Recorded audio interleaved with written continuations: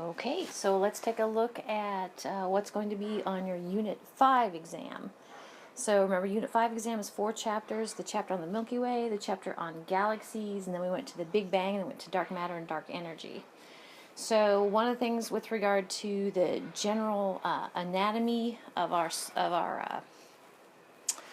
our galaxy, the first line actually brought in a couple figures from your textbook. The circles there I have drawn next to the sketch of the Milky Way galaxy remind us that our galaxy is about 100,000 light years from side to side, and we're about 27,000 light years from the nucleus of our galaxy. The other thing, just with regard to general anatomy of our galaxy, is to remember the globular clusters of stars are in the halo region, and we have the disk. In the disk, we have those newer stars, the open clusters. The other thing is just kind of generally know the halo region of our galaxy and the central bulge. The next one, large and small Magellanic Clouds, and Sagittarius and Canis Major Dwarf. Those are actually all galaxies that orbit us. Actually, the large and small Magellanic Clouds orbit us, and then the other two are, I think they are on a collision course. They're merging. Yeah, I have merging with us. The next one, how do we look at our galaxy through all of the dust we call interstellar medium? And remember, your textbook says that we look in different wavelengths. So remember, this is a figure from your textbook, not a figure, I should say, photographs from your, presented in your textbook of looking at our Milky Way and the disk of our galaxy at different wavelengths. And by looking at different wavelengths, we get a fighting chance of actually getting different information about our galaxy. The next one, how do disk stars and halo stars orbit in our galaxy? And I think we've had a question like this, but over here to the side on the right, I have a picture of kind of the disk of our galaxy.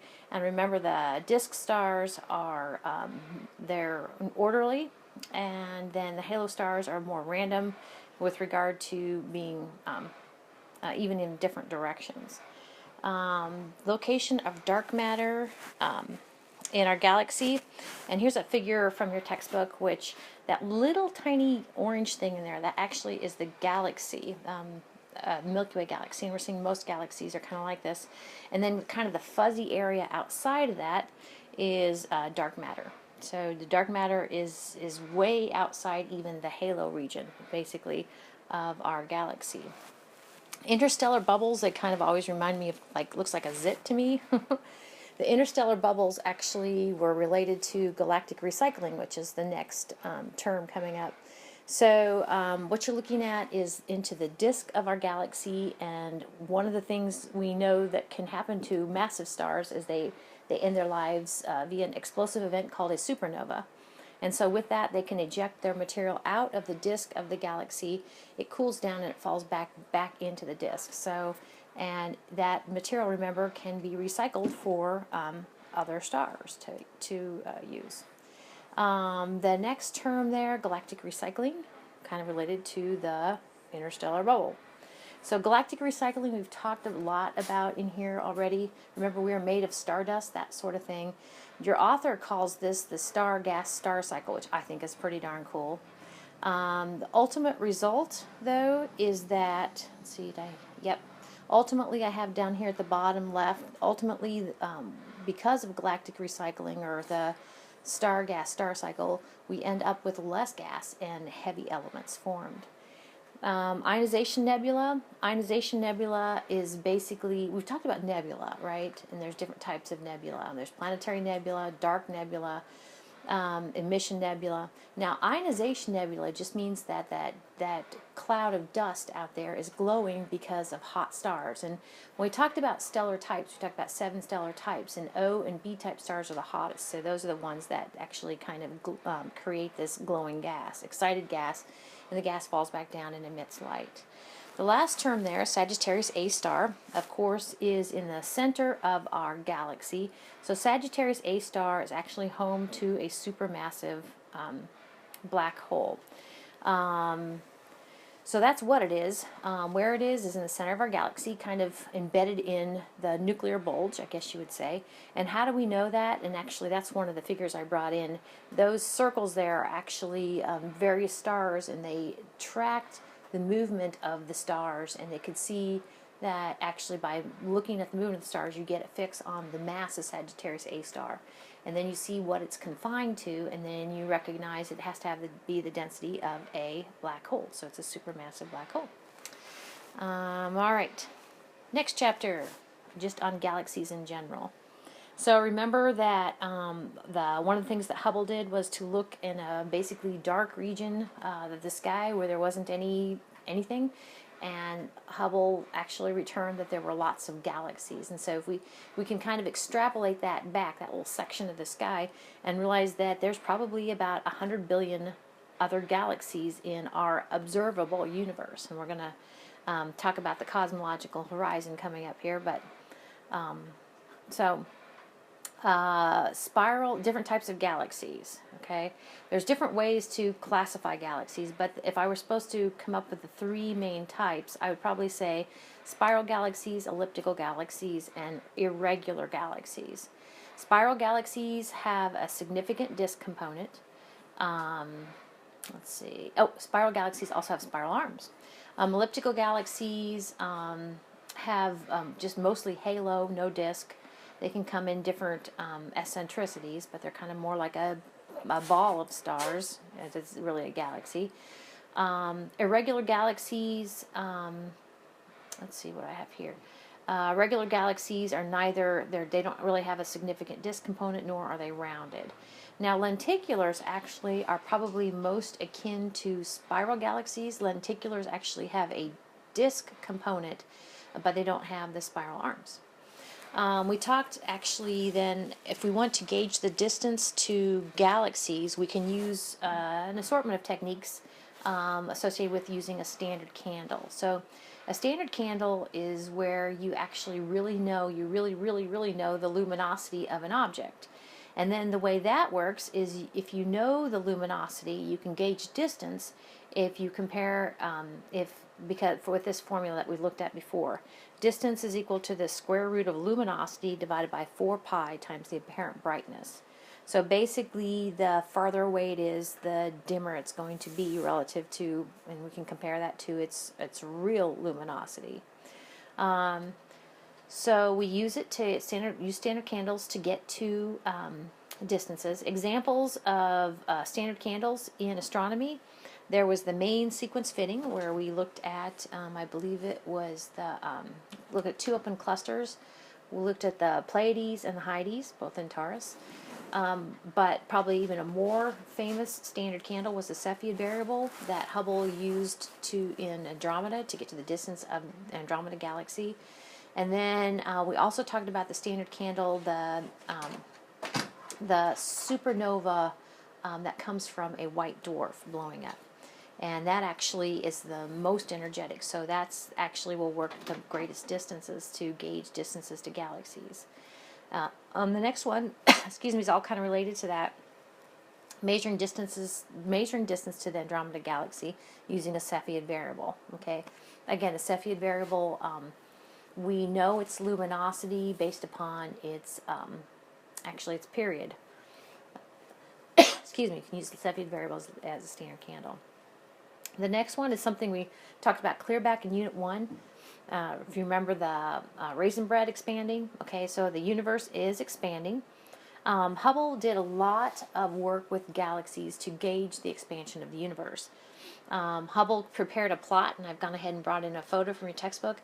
Along the x-axis on the plot is how far away that galaxy is from us, and along the y-axis on the plot is how fast that galaxy is moving away from us, or its recessional velocity. That's Hubble's plot. Then Hubble's law basically says that the further away the galaxy from us, the faster its recessional velocity.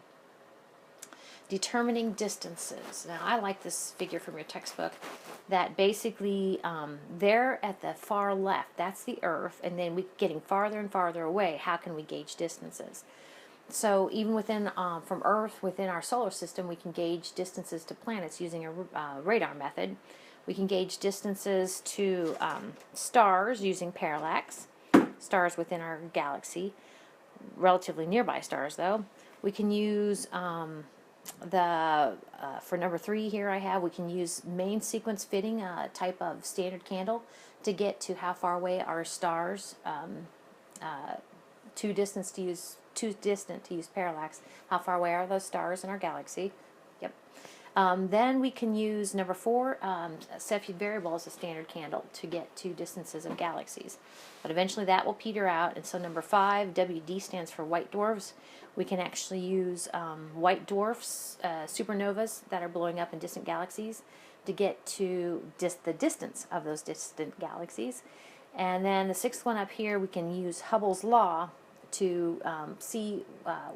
We can look at the recessional velocity using redshift, how quickly a galaxy is moving away from that, and then we can use Hubble's plot or Hubble's law to come up with the distance to that galaxy. Next one, cosmological horizon. I feel like we've talked about this a little bit. So basically, since light takes a certain amount of time to get to us, when the light finally gets to us, we are looking at that object as it was a long time ago. So when we know that there was a distinct beginning to our universe about 13.7 billion years ago, so you figure we cannot see any objects that are 15 billion light years away. Why? Because our universe had the space and time associated with the universe had not yet been created. So that's kind of the idea of cosmological horizon. Cosmological redshift actually has to do with the expansion of the fabric of space and time in our universe, is the way I think of it.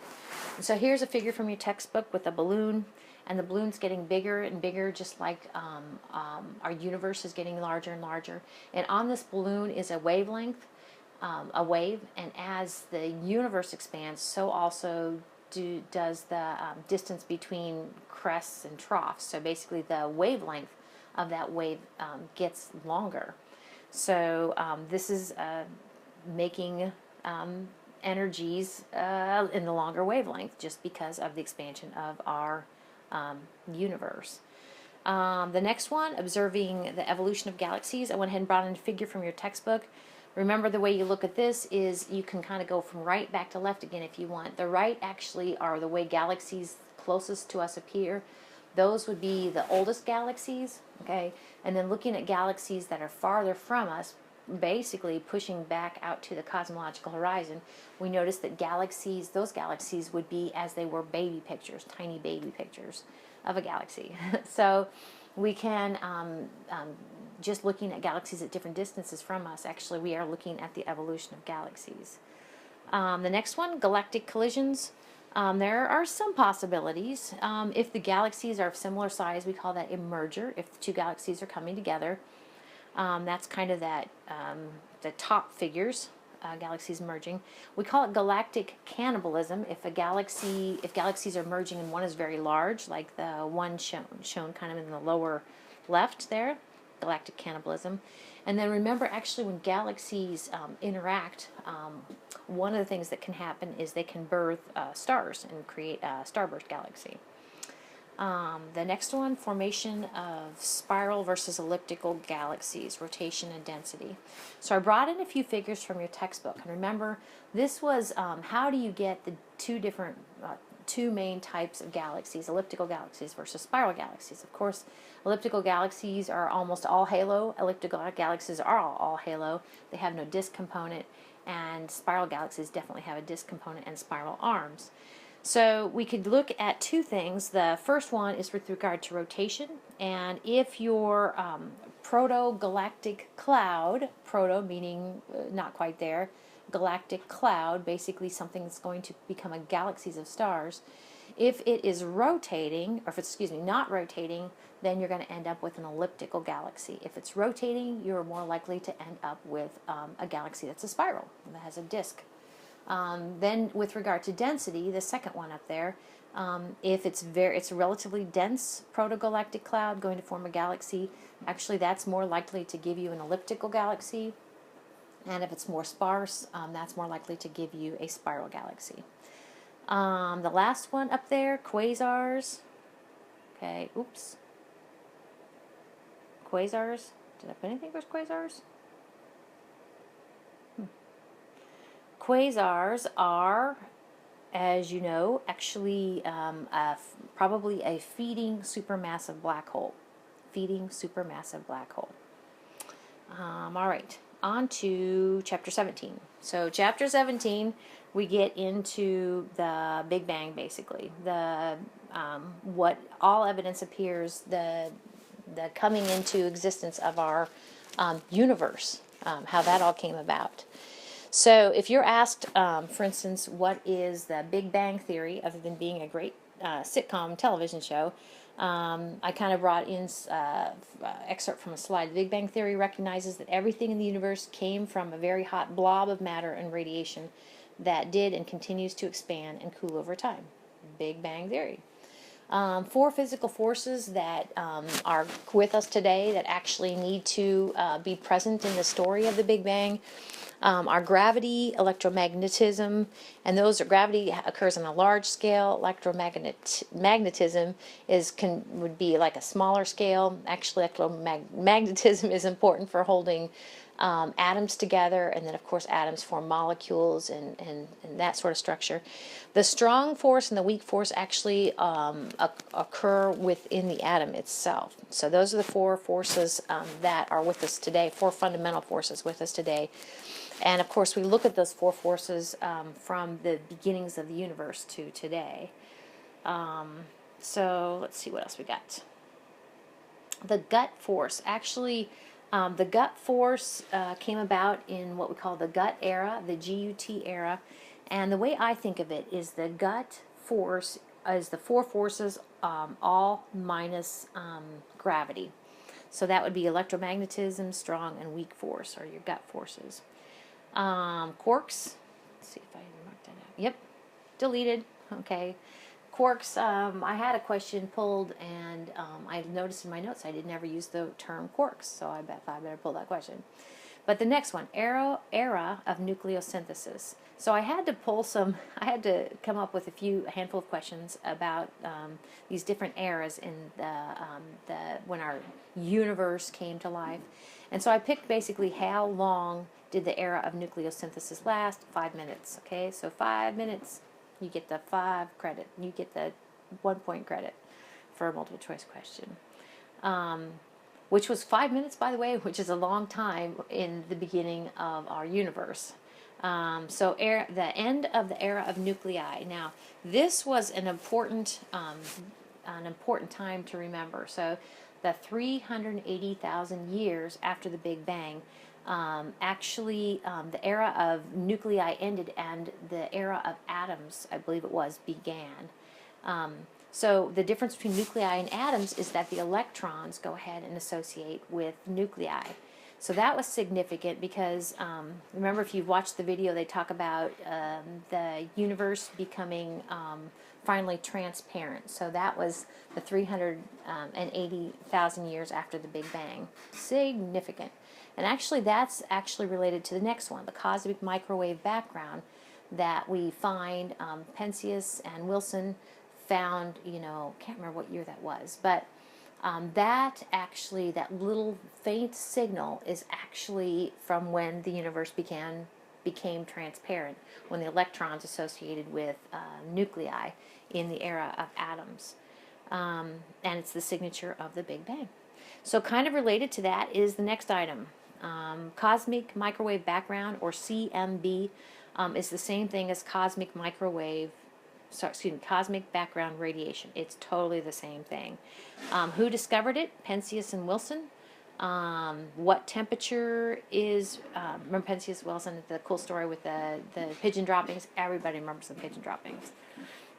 What temperature is that signature? It is 3 Kelvin. And let's see, do I have some here? Actually, the reason it is such a long wavelength has to do with cosmological redshift. The fact that the expanding universe lengthened those wavelengths to cause that temperature. I think physicists are so awesome they can figure that stuff out. It's like they figure what they should be looking for, and then they see it and they're like, aha, we were right. That is so cool.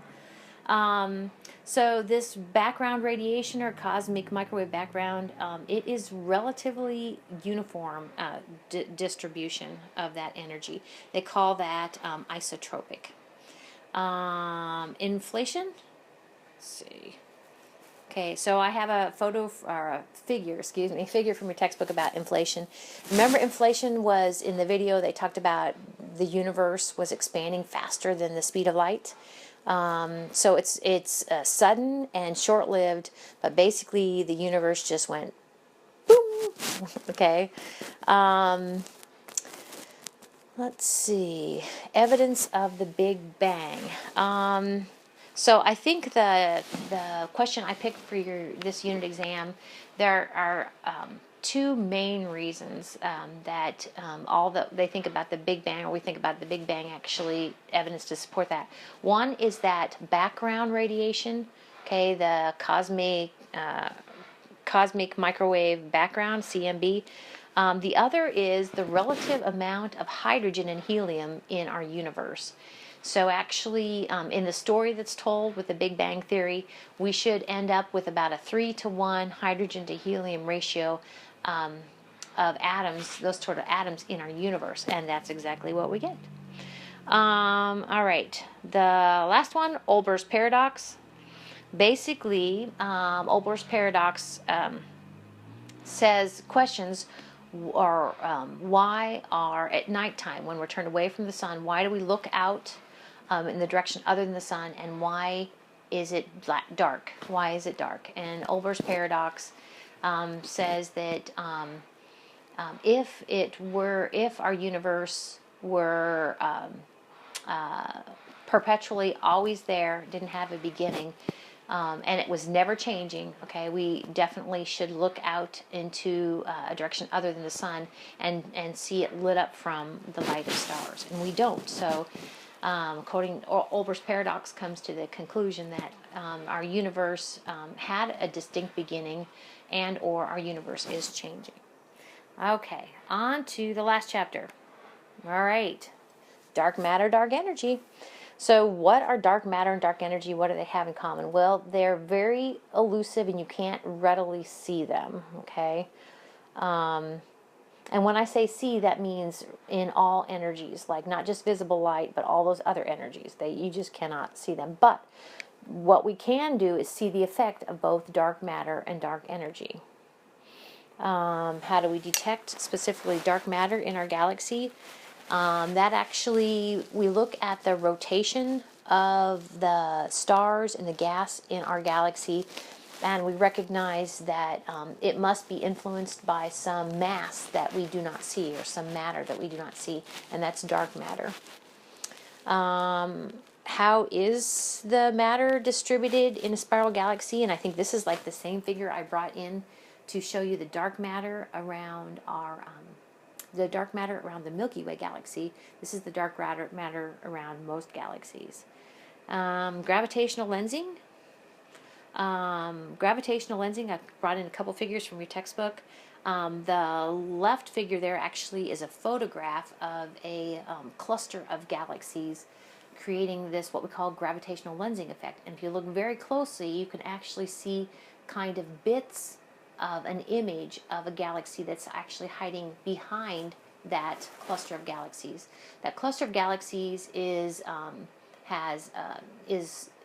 warping the fabric of space and time. This is the way I think of it, which actually causes, and that's what gravity is, that actually causes light to be bent around that cluster. And so it's bent, and so we can actually see a distant galaxy using gravitational lensing like that. All right, the next one, options for dark matter. So dark matter can be either normal, remember we call that baryonic matter. Normal matter would be, believe it or not, I think normal matter would be black holes, Jupiter-like objects, those sort of things. Really, basically, the thing about black holes and Jupiter-sized objects is black holes do not glow, but they have mass, and so they would not shine up. They'd be dark to us anyway. Also, kind of in that same vein are what we call massive machos, massive compact halo objects. And so they're just massive in the halo region, and so they exert gravitational influence, but we don't see them. But more than likely, it can be machos and some of that normal baryonic material, but there's not enough of that to account for the effects that we see. And so dark matter actually probably is to a large extent what we call WIMPs, weakly interacting massive particles. A little more exotic. How are galaxies organized? And I really liked how one of the documentaries I showed this semester talked about basically galaxies are organized kind of on the scaffolding of dark matter. I just think that's so cool. So dark matter kind of is strewn in these filaments. So dark matter kind of creates the region that galaxies can form. I just think that is so cool. So on this figure I brought from your textbook, all those little yellow dots actually are galaxies. So they kind of have what we call filaments of galaxies, and between the galaxies, these bubbles, nothing we call voids. The four models of the universe kind of look like this, okay, where we have kind of from left to right, we have the recollapsing universe. That's the first one. The second one, the critical universe. The next one, the coasting universe. And the last one, the accelerating universe. Then on this figure, if you look at kind of kind of at the bottom of the graph, the little the little asterisk thing, that actually showing the Big Bang. So the youngest model would be the recollapsing universe, would put us at the youngest, as the Big Bang was not very long ago. The oldest one actually would be the accelerating universe, puts the Big Bang back about the 13.7 billion years ago. So that's cool. Now remember, we kind of have this, will the universe end in a big chill? That would be the accelerating universe. Or will it end in a big crunch? So that would actually be the recollapsing universe, if you ever hear those kind of phrases. Causes of why our universe is accelerating. And I can't help but think of, remember when we talked about Newton's laws? Force is equal to mass times acceleration, one of his laws of motion. And so if we see an acceleration like we see with the expansion of our universe, universe is not just getting larger, it's getting larger at a greater and greater rate. So it's accelerating. That acceleration needs to be caused by something, and it's actually caused by dark energy. Dun, dun, dun. And I guess the math really kind of all kind of crunches together, and we can really kind of draw some conclusions about the amount of dark energy. It's not like we really know what dark energy is, but we can actually quantify it. I just think that is so cool.